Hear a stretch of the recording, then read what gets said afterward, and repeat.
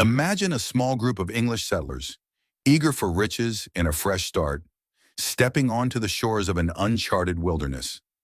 They bring with them dreams of gold, adventure, and a new world.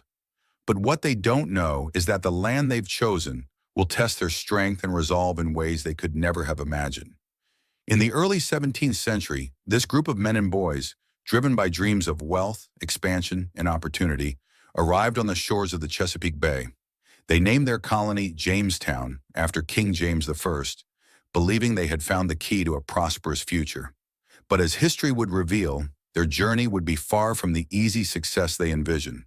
The settlement would face unimaginable challenges, struggles with leadership, hostile environments, and fraught relations with the indigenous peoples of Virginia that would push them to the brink of collapse. This is the story of Jamestown, the first permanent English colony in North America, where ambition collided with adversity, and the drive for a new life was shaped by both triumphs and tragedies. It's a tale of dreams realized and dashed, of survival against the odds, and of the profound consequences of settling on a land already home to others.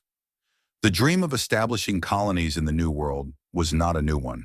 Since Christopher Columbus's voyages at the end of the 15th century, European powers had been drawn to the riches and opportunities in the Americas. For the English, the idea of colonizing North America had grown particularly appealing in the early 1600s, as the country sought to expand its influence and escape the economic and political troubles of Europe.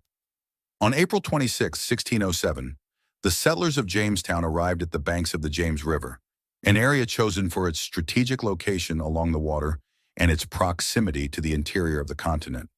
The settlers quickly began construction on their new settlement, first with a rudimentary fort, then with more permanent structures.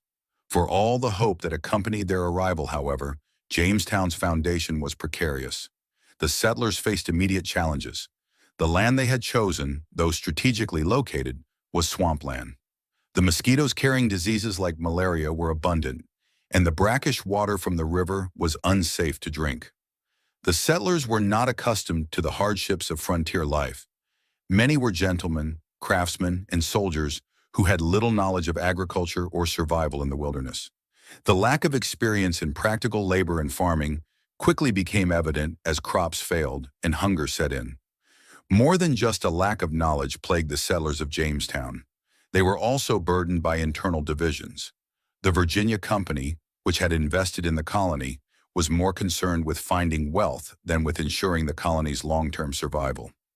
They sent too few farmers and too many men of social rank, expecting that the promise of gold would make them wealthy without having to work for it.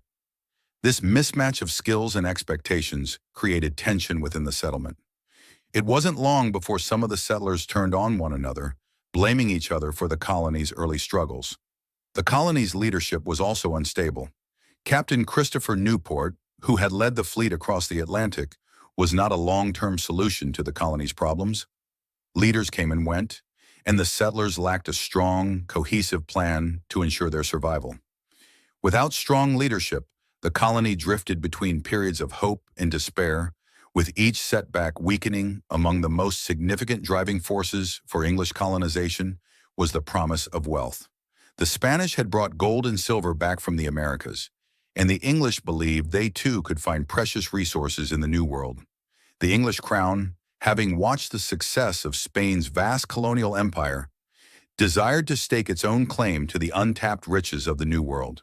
English merchants, investors, and noblemen formed joint stock companies, groups of individuals who pooled their resources to fund the expeditions in exchange for a share of future profits. The Virginia Company of London, the company behind Jamestown's founding, was one of these ventures. The company's main goal was to establish a profitable colony, one that would yield precious metals, provide agricultural resources like tobacco, and open new trade routes. In 1606, the Virginia Company was granted a charter by King James I to settle a colony in the vast, unexplored wilderness of Virginia.